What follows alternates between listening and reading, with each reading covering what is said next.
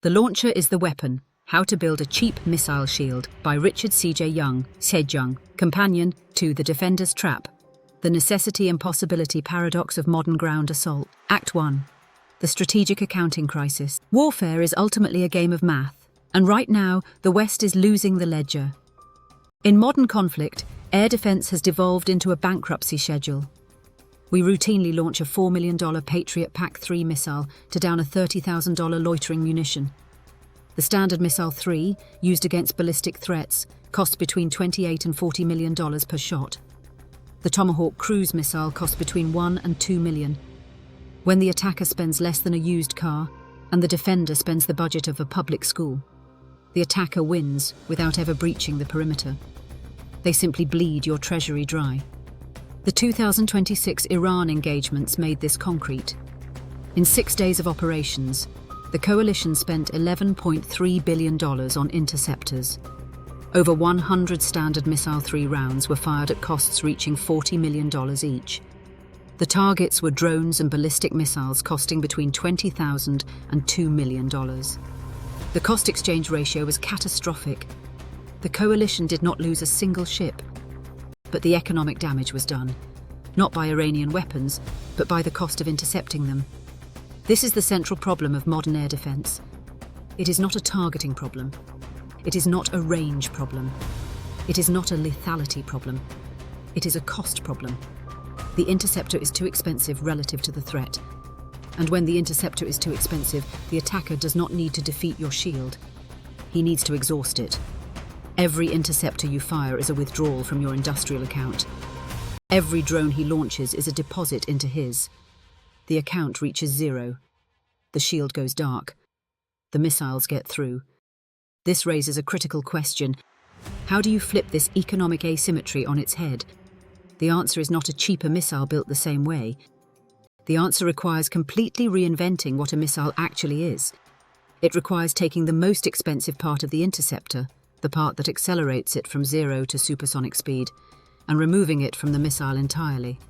It requires putting that part in the ground, making it reusable, and firing it thousands of times. The answer requires recognizing that the missile is not the weapon. The launcher is the weapon. The missile is just the ammunition. This film is the engineering case for that inversion. It is built on 3 technologies that each exist independently today: the electromagnetic catapult, the solid-fuel ducted Ramjet, and the directional fragmentation Warhead, and one marriage that has never been made. Every component is proven. The integration is the contribution, and the integration is what makes the cheap missile shield real. Act 2. The Tyranny of the Onboard Booster. To understand why modern interceptors are so prohibitively expensive, you have to understand the mass spiral. And to understand the mass spiral, you have to look at what a missile actually carries. A modern interceptor is not a single object. It is a stack. At the bottom sits the booster, a massive solid rocket motor whose only job is to get the missile off the ground and through the thickest, densest, lowest layers of the atmosphere. Above the booster sits the sustainer, the warhead, the guidance package, and the seeker. The booster is the largest and heaviest section of the weapon. In 2-stage interceptors like the Standard Missile and THAAD, the booster can account for up to half the total mass of the missile. It is dead weight. It exists for 4 seconds, then it falls away. The mass spiral works like this. The missile is heavy. To move a heavy object off a launcher, you need a large booster. A large booster requires a large amount of propellant. More propellant means a heavier structure to contain it. A heavier structure demands an even larger motor to lift it. This compounding loop drives up the cost of every millimeter of the weapon. Every kilogram of booster propellant requires a kilogram of structure, which requires more propellant to lift, which requires more structure. The spiral is exponential. It is the single largest cost driver in interceptor design. Now apply the industrial inversion. Stop making the missile carry its own launch. Shift the entire initial boost phase out of the consumable airframe and engineer it permanently into a reusable ground catapult. The mass spiral runs completely backward. The missile no longer carries a booster. It no longer carries the propellant for that booster. It no longer carries the structure to hold that propellant. It no longer carries the larger motor to lift that structure. Every kilogram removed from the booster cascades upward through the design. The airframe shrinks. The fins shrink. The actuators shrink. The missile becomes a dart, a lightweight, aerodynamic projectile whose only job is to fly to the target and kill it. The math is stark. A 1,200 kilogram interceptor might carry 600 kilograms of booster. Remove the booster and the cascade runs backward. Lighter airframe, smaller fins, weaker actuators. The final missile might weigh 400 kilograms, 1/3 the original mass, with identical terminal performance. 1/3 the mass means roughly 1/3 the cost. The booster was the cost. Removing the booster is the savings. This is the first pillar. Stop carrying the launch, put the launch in the ground, make the ground reusable, let the missile be light. Act 3. Harnessing the free atmosphere. The second major cost hiding inside traditional missiles is oxygen. A standard solid rocket motor carries its own oxidizer baked directly into the propellant grain. The fuel and the oxidizer are mixed together in a rubbery solid that burns when ignited. This is simple and reliable, but it means a significant fraction of the missile's propellant mass is dedicated to carrying something that already surrounds the missile in abundance. The atmosphere is 21% oxygen. For the first 20 kilometers of altitude, the missile flies through an unlimited supply of free oxidizer, and yet the traditional interceptor carries its own, heavy, bulky, and expensive. This is where the Ramjet enters. A Ramjet is an air-breathing engine. It does not carry oxidizer. It scoops oxygen from the atmosphere, compresses it through the forward intake, mixes it with fuel, and ignites the mixture in the combustion chamber. The exhaust exits through a nozzle, producing thrust. The missile does not carry the oxidizer. It flies through it. The atmosphere is the oxidizer tank, and it is already there, free, for 20 kilometers up. The weight savings are dramatic. A solid fuel ducted ramjet, or SFDR, can deliver identical interceptor velocity at a fraction of the weight and physical volume of a traditional solid rocket motor. The reason is simple. The traditional motor carries fuel and oxidizer. The ramjet carries only fuel. The oxidizer is in the air. The ramjet's propellant mass is roughly half that of a solid rocket for the same thrust and endurance. Half the propellant means half the tankage, half the structure, and a missile that is dramatically smaller and cheaper for the same performance. The technology is not theoretical. The European MBDA Meteor uses a solid fuel ducted ramjet with a boron slurry fuel core, throttleable Mach 4+, in production. India's Astra Mark III uses the same SFDR architecture, tested to ranges exceeding 160 kilometers at Mach 4.5. Both prove the propulsion concept. Both are in production. Air-breathing interceptor propulsion is fielded technology, but both share a limitation. The ramjet has zero static thrust. It requires an intake pressure environment that only occurs at Mach 1.8 to Mach 2. Below that, the engine flames out.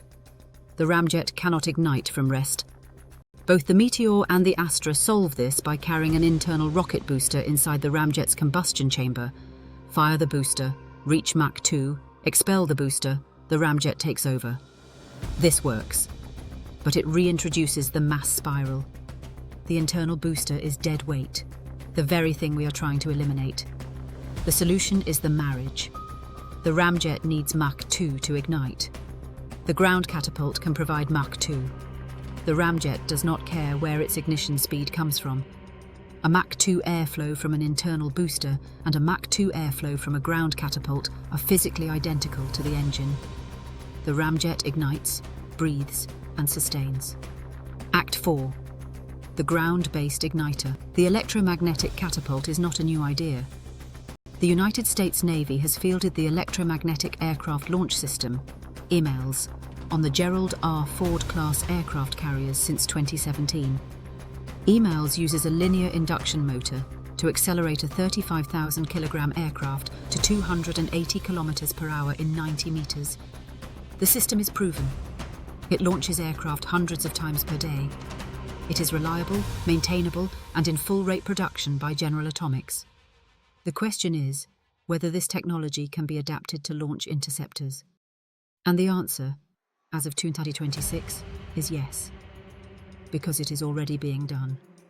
In July 2026, the United States Army formally partnered with aerospace startup Auriga Space to field test Project Hermes, an electromagnetic launch system explicitly designed to fire air defense interceptors. Hermes replaces traditional solid rocket motors with a ground-based magnetic levitation track, focusing on reducing chemical supply chain reliance and lowering per-shot intercept costs. The Army is not studying this. The Army is building it.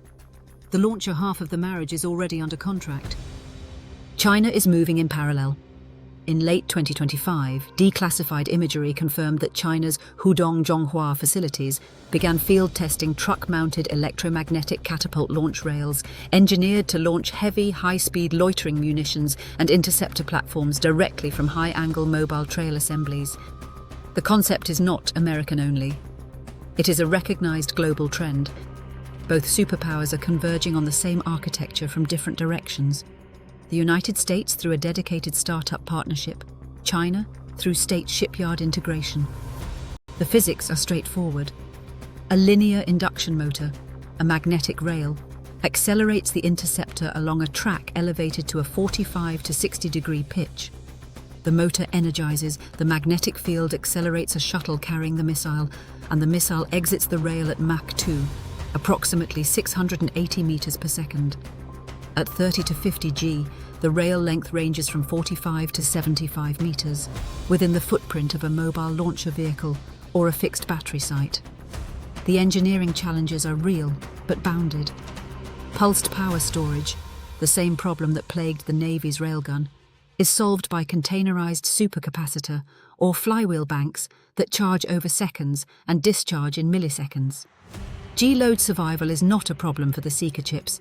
Artillery-hardened MEMS sensors are qualified to over 15,000 G. The challenge is the airframe structure, which must be reinforced for 30 to 50 G of catapult acceleration. Magnetic shielding is standard electromagnetic hardening, integrated into the airframe structure to serve double duty as both magnetic protection and structural reinforcement. None of these are physics breaking. Each is an engineering development task, and the US Army's Hermes program is already working through them. The launcher is not the gap. The launcher is the part that exists. What does not exist is the marriage. Hermes uses electromagnetic launch with conventional interceptors, missiles that still carry their own onboard propulsion. The marriage that has never been made is this: a boosterless ramjet carrying no internal rocket, ignited purely by the velocity delivered by a reusable ground catapult. The D-21 proved a pure ramjet can ignite and sustain. The Meteor and Astra proved SFDR works. EMALS and Hermes proved electromagnetic launch works. No one has put the boosterless ramjet on the electromagnetic catapult. That is the integration that completes the architecture. That is the contribution. Act 5. The fragmentation compromise. The third cost driver is the terminal guidance package. And here the architecture makes its most controversial choice.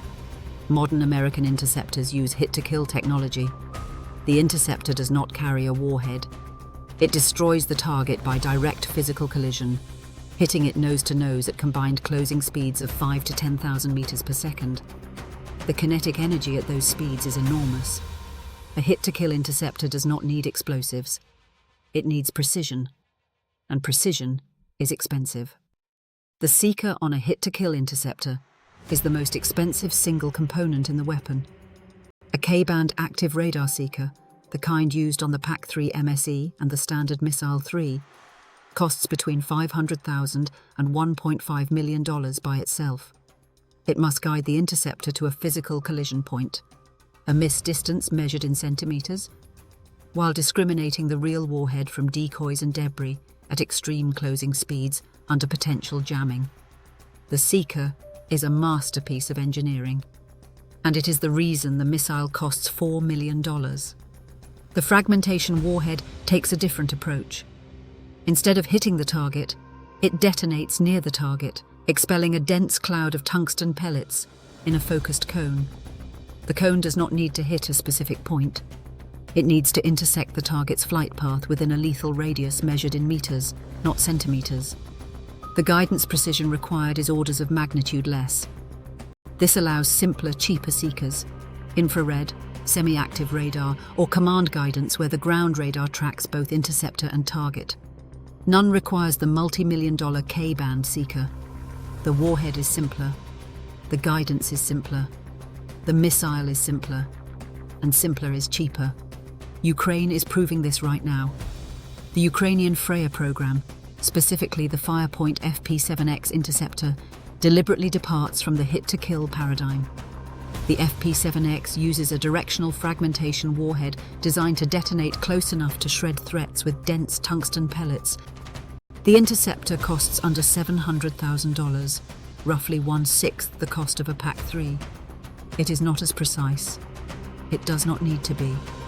The fragmentation warhead compensates for guidance imprecision with lethal radius. The trade is deliberate. And in the world's most intense live-fire laboratory, it is working. The layered architecture completes the logic. Low-tier threats, Shahed drones, loitering munitions, are handled by $1,000 FPV interceptors, gun-based CIWS, and electronic warfare.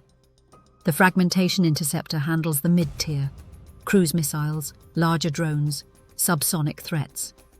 The upper tier, ballistic missiles, hypersonic glide vehicles, may still require hit-to-kill because the closing speeds demand the precision.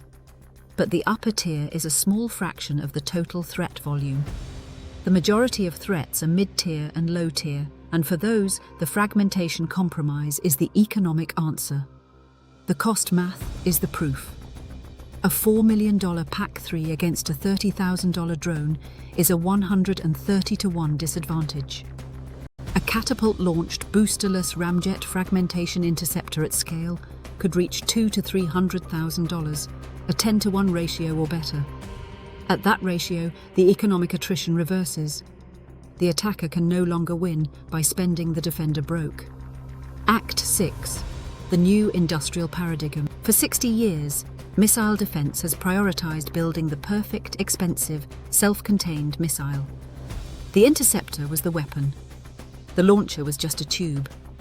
The missile carried its own booster, its own oxidizer, its own seeker, its own warhead, and its own guidance. All in one consumable package that flew once and was destroyed. Every interceptor was a complete self-sufficient weapon system.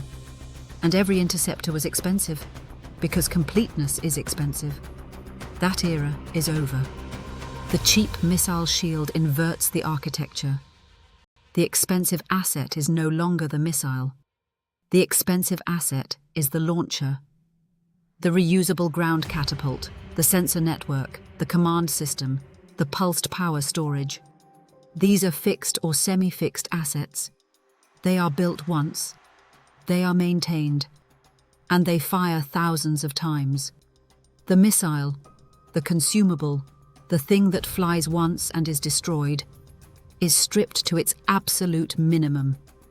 A boosterless Ramjet sustainer, a simple seeker, a fragmentation warhead, no internal booster, no onboard oxidizer, no hit-to-kill precision seeker. The missile is ammunition. The launcher is the weapon. The economic logic is the inversion. When the expensive asset is reusable and the cheap asset is consumable, the cost per shot is dominated by the cheap asset. The launcher amortizes across thousands of shots. A $10 million catapult that fires 2,000 interceptors contributes $5,000 per shot to the launcher cost. The interceptor itself, the Ramjet, the seeker, the warhead, costs $200,000 to $300,000 at scale. The total cost per engagement is $300,000 against a $30,000 threat, a 10-to-1 ratio. Still not parity, but a 13-fold improvement over the 130-to-1 ratio of the PAC-3. The defender can sustain this. The attacker cannot bankrupt it. And the production math matters as much as the unit cost. A A traditional interceptor requires a solid rocket motor, a complex, hazardous manufacturing process involving propellant casting and long cure cycles. The PAC-3 line produces roughly 500 missiles per year. Ukraine fires interceptors faster than the West can produce them. The production latency is measured in months or years. The Defender's Trap's production drain theorem applies. The pipeline, not the treasury, decides the war. The catapult-launched Ramjet changes this. A boosterless Ramjet has no solid rocket booster to cast. Every component, the Ramjet sustainer, the machined dart airframe, the simple seeker, the fragmentation warhead, is simpler than its traditional counterpart. Simpler means faster to produce. The replacement latency drops from years to weeks. The production drain reverses. The Defender's industrial base can keep up. This is why the Ukraine connection is not diplomatic charity. It is strategic necessity. Ukraine is the only nation on Earth currently intercepting 500 to 1,000 threats per month in sustained combat. That pressure has forced the Freya architecture into existence, not as a PowerPoint, but as a combat-tested system. Co-developing the catapult-launched boosterless Ramjet with Ukraine means access to the only live-fire cost exchange laboratory on the planet. The integration model is software transfer, not operator transfer.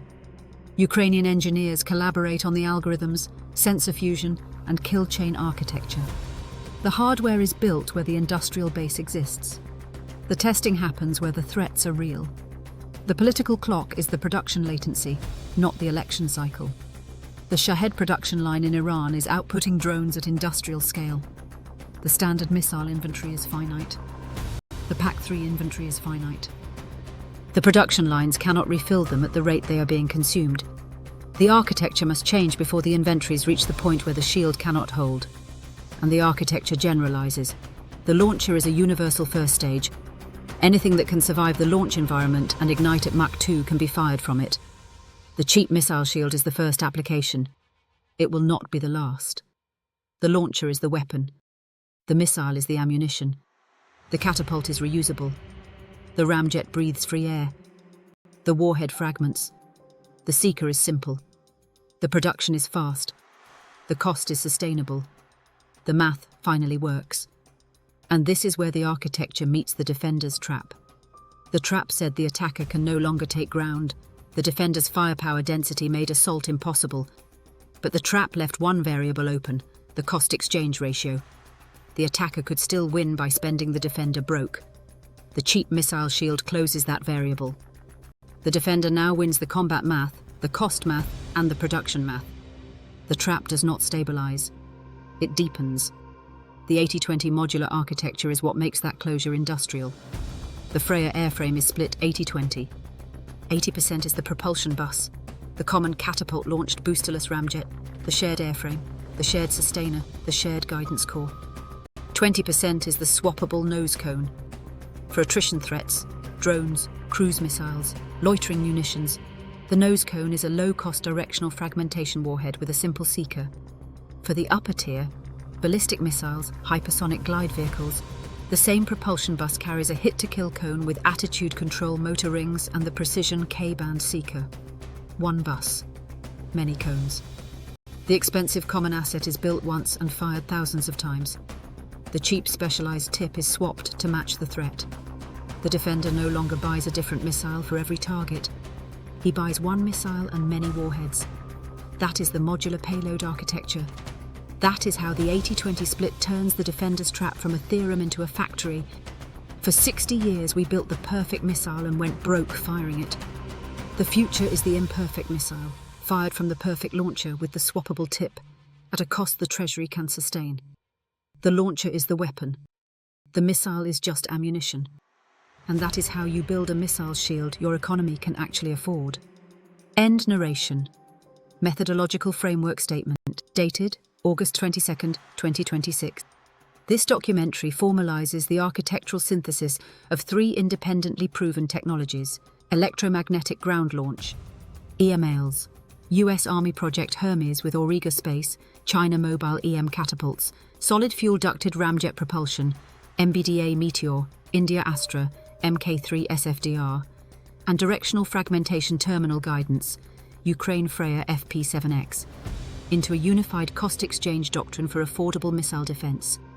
The specific marriage, a boosterless ramjet carrying no internal rocket, ignited purely by the velocity delivered by a reusable ground-based electromagnetic catapult, paired with a directional fragmentation warhead and a simplified seeker, is an original integrated thesis synthesis by Richard C.J. Young.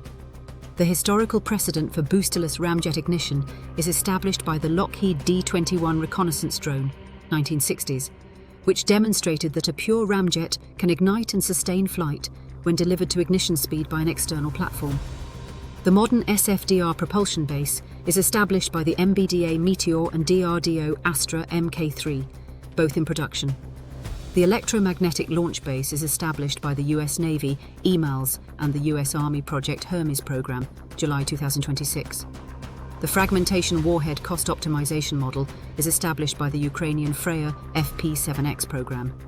The integration of these components into a single cost exchange architecture, where the launcher is the reusable capital asset and the missile is the consumable ammunition, represents an original synthesis that has not been fielded by any nation as of August 2026.